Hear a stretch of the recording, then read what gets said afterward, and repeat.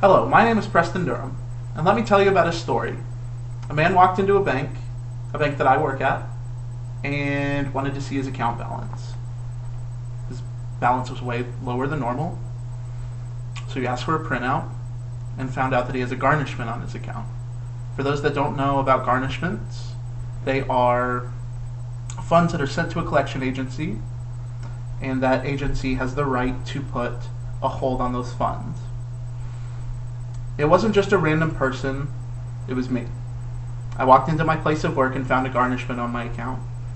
Luckily for me though, it was just insurance. Something wrong with it. I was able to get it taken care of that day. I'm blessed to have great insurance. The majority of Americans are not. The majority of Americans will not get those funds back. They will see that garnishment and it will remain on there until it's all paid. And sometimes it isn't just $500 or $600, sometimes it's thousands. Sometimes it's thousands from cancer treatments, it's nursing home payments that they can't afford. Sometimes it's just an ER visit. The only way past this is through a single-payer healthcare system that we can implement by taxing companies, decreasing military spending, many other things.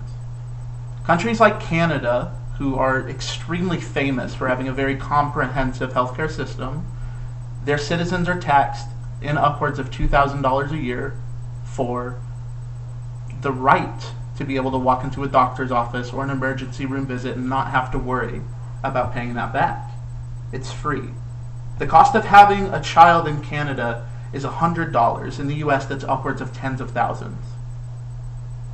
In Canada, like I said before, they're spending $2,000 a year. Here, we're spending upwards of $10,000. And that's just for private insurance. It's not taxes. And we're paying in upwards of $10,000. Millennials like myself, once they reach 26, are kicked off of their insurance plan, and most of the time will go without insurance for several years.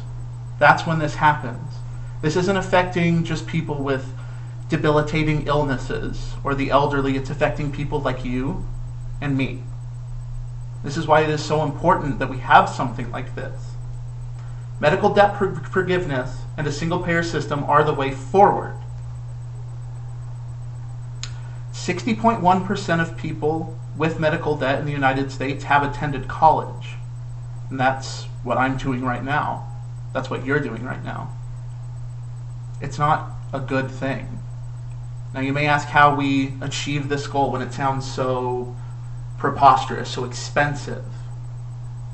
Amazon, a company that several of us probably use to buy Black Friday gifts for family members, made over $11 billion in profit last year and did not pay a single cent in taxes.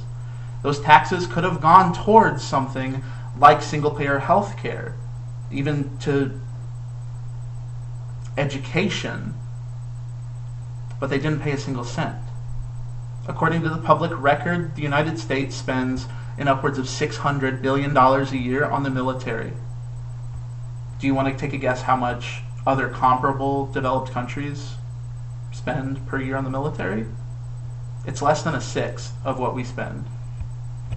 Money that is going to places we will never see, to companies like Lockheed Martin, are, in essence, funds that could just be shoveled back into the American people.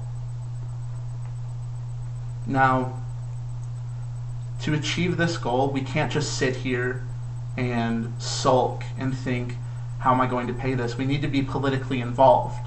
We need to vote for candidates that believe in this. We need to go and do things in our own elections, get people that believe in this.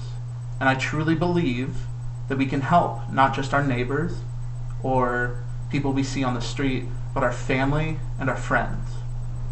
Thank you very much.